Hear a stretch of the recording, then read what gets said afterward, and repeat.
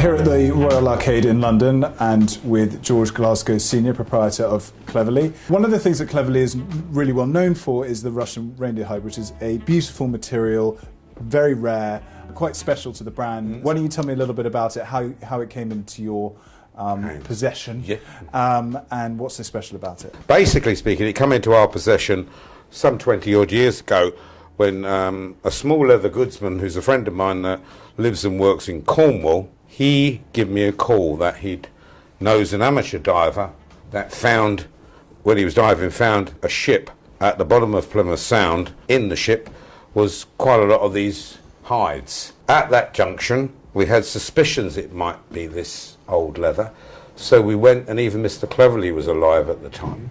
He was coming up to 90, so we went down to Cornwall, and then we researched it properly, and then we found out that it was the real thing that was tanned in Russia in 1786, and this cargo was heading for Genoa in Italy, which is the capital of shoemaking there. But when it got to England that night in December 1786, it encountered a large storm, which they went into Plymouth to shelter from, and they really didn't come out, but there was no value, a ship full of leather, so it was just forgotten about and left there for over 200 years. Ian, who was the diver, an amateur diver, found the ship, and then, you know, we, on researching it, which that was always a difficult thing, we couldn't really find out. 1780 people didn't write things down, so we couldn't really find out, you know, how it was made and what have you. So we researched, and the little we found out about it was that we know that the tanning process, which was absolutely enormous for me to think that it was somewhere between 3 and 5 years from when it come from the animal. Really? So that is, you know, just mind-boggling that people spent that sort of time tanning leather, then to go and be made into some shoes or a case. And just in a question of comparison, what would be the usual time you would expect tanning process to be? Well, it's done different now. It's done really different, and that was done in what we call the old vegetable tan process. So a few months it was left to, you know, in pots to dry and with virtual ingredients, and now it's just all done with chemicals. And can be done quite quickly? Yeah. But it's very good. These casts are very, very good, but it can be done in a few days or weeks rather than years and years, you know. And this is sort of the result to an extent. This is one of the shoes that they made out of the hide, and has kind of become extremely popular with clients. Yes, yeah. And you've also been making some watch boxes. That's right. Yeah, so it can kind of be put to anything. Yeah, our main priority was to use it for shoes. Yes. Some of the hides were heavier, so they wouldn't suit shoes as much, because when they made leather then, the thinking was make it thick, make it strong, make it last a lifetime. Yeah. Calf skins today probably wouldn't be used in those days. These are the heavier hides that we've chose to make this beautiful watch book. Yeah, and anyone that has any IWC watches should really consider this seriously. Roger that. Yeah, as a one-off piece. I mean, they're all one-off pieces, and Fantastic. We've probably made, I don't know, it's very difficult to say, maybe 150 pairs of shoes or so from this particular leather. Sometimes we're having them back. I don't know where this one is, because we cut them when this was made. This is 80, so this is about 25 years old. There we go. And that's still looks tribute, terrific. to how well it was made. I don't want to malign this leather because it's very good, but I don't know if this leather today went through the same lifespan as this did, whether we'd still be able to make something as nice as that. I don't know now. It's getting less and less, and I'm not quite sure how long, which will be sad, you know, because, you know, we've made some nice shoes in it, and it really has been a real, you know, happy time for me when you find something like this, that you've turned it in, and then it's been things that time had forgotten, and it's come back. Wow, you know. So it's coming to an end. I know it.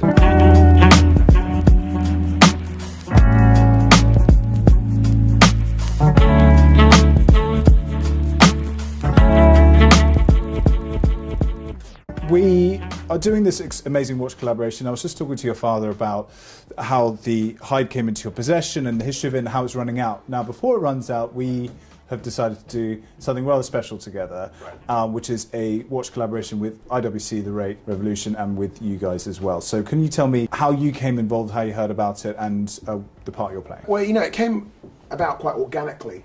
Way started telling me about this watch that he had in mind, that he was working with IWC about. It was going to be one of their classic gentleman aviator styles, 36mm, with a sort of a green dial, and started talking about making a limited edition number of maybe 100, 150 watches at the time. And at that particular moment, I thought it's something we've always had in mind. We've done some one-off straps for people and for customers around the world. I thought what a great opportunity it would be to bring back such a classic timepiece like the IWC Pilot watch with such a limited amount, made using the straps in the 1786 Russian leather.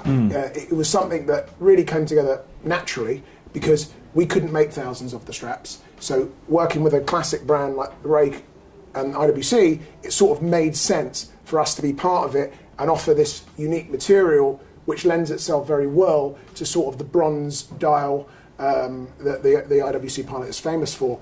And what he wanted to do was he wanted to keep the characteristics of the original Mark 11 predecessor, very similar to what he's releasing with the 150 36mm version of it, which we did, and we made these straps. We made up a prototype. We played with the design and the straps sort of style, and it just seemed to work perfectly. And what kind of, for us, what really made sense is when he came to me and we were chatting about the colour of the face and the dial and what have you, and he said it was going to be green.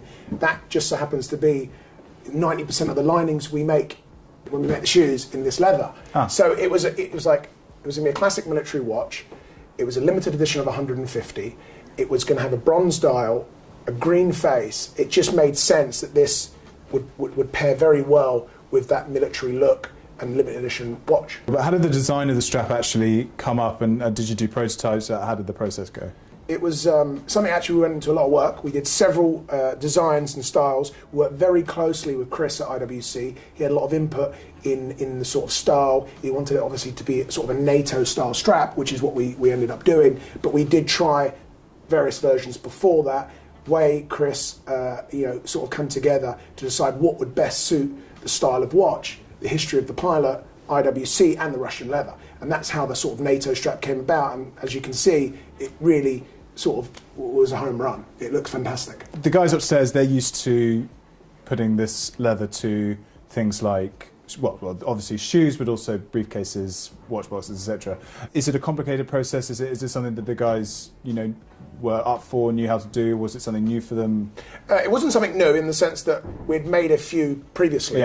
But not many. We'd made a handful over 20 years. And it was generally people that we'd only ever accept if they had a pair of our shoes, bespoke shoes made in the Russian leather, and they had a very special watch. Then we would allow our bespoke craftsmen to measure the watch and make a one-off strap for that watch. So there was only a handful in circulation, and we'd done very small limited runs of it, 20, 30, very, very, very small. And then when we sort of talked about doing this several years ago, about making it had to be with the right watch. It had to be something that paired very well with both George Cleverley and the Rake in terms of our DNA. When you look at the original predecessor Mark 11, it just has all the characteristics of a classic military watch, which the nature and the texture of this material lends itself very well to. At the end of the day, the watch obviously is going to be the kind of protagonist throughout the whole thing, and the interesting thing about the strap on this is that it's very much the real deal. It's an authentic, original, interesting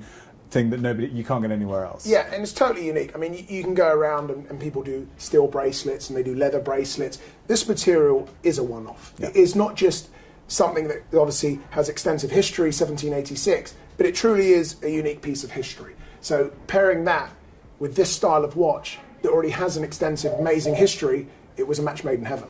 Perfect. George Glasgow. Thank you very much.